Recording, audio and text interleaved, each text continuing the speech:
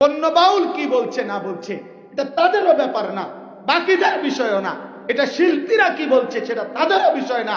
কিন্তু এই বেঈমান আবুল সরকার নামে যেই বেঈমান, যেই মুশরিক আল্লাহকে বিদ্রুপ করেছে, এর ফাঁসি, এর ন্যায্য বিচার, এর রাষ্ট্রীয় বিচার বাংলার জমিনে হতেই হবে। এটা হতেই হবে। আল্লাহকে লক্ষ্য করে, মহান আল্লাহকে কেন্দ্র করে, আল্লাহকে উল্লেখ করে, উদ্দেশ্য করে পৃথিবীর কোন কাফের, মুশরিক, কোন মুরতাদ, কোন বেঈমান, কোন মূর্তি পূজক, কোন আগুন পূজারী, কোন সূর্য পূজারী, পৃথিবীর কোন নিকৃষ্ট কোন কাফের আল্লাহকে এত বড় কথা বলে নাই। এই মানিকগঞ্জের আবুল সরকার নামে ওই বাউল বেঈমান আল্লাহকে যে পরিমাণ কথা বলেছে, এই বেঈমান সরাসরি বেঈমান, এই বেঈমান প্রকাশ্য বেঈমান। মহান আল্লাহকে লক্ষ্য করে কোন মূর্তি পূজক এত বড় কথা বলে নাই, কোন মুশরিক এত বড় কথা বলে নাই, কোন বেঈমান এত বড় কথা বলে নাই। আপনাদের আমার বলার মতো ক্ষমতা নাই ওই বেঈমান এটা কি বলছে মুখ দিয়া।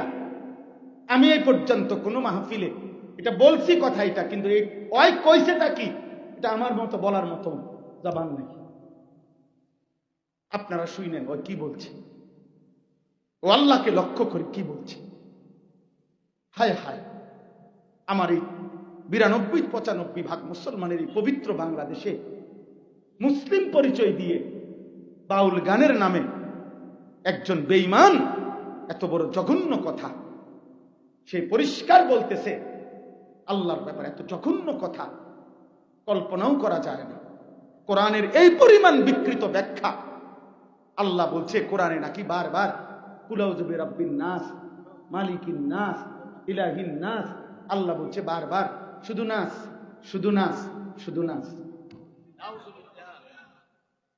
আপনি শোনেন মিয়া, আপনি শোনেন। আমি ব্যক্তিগতভাবে সারা দেশ জানে আমি কোনো রাজনীতির মানুষ না। আমার এই এলাকার মানুষও জানে আমি আজকে 10 বছর এই এলাকায়, আমি কোন রাজনীতির মানুষ না। আমি রাজনীতির ভালো মন্দ বুঝিও না এতটা, কিন্তু আমি একটা রাজনীতির কোনো হিসাব বুঝি না। এটা নিয়ে দল টানাটানির বিষয় না, এটা দল টানাটানির বিষয় না। মহান আল্লাহ পাক বলেন অমিনান নাসি মান ইয়াশতারি লাহবাল হাদিস।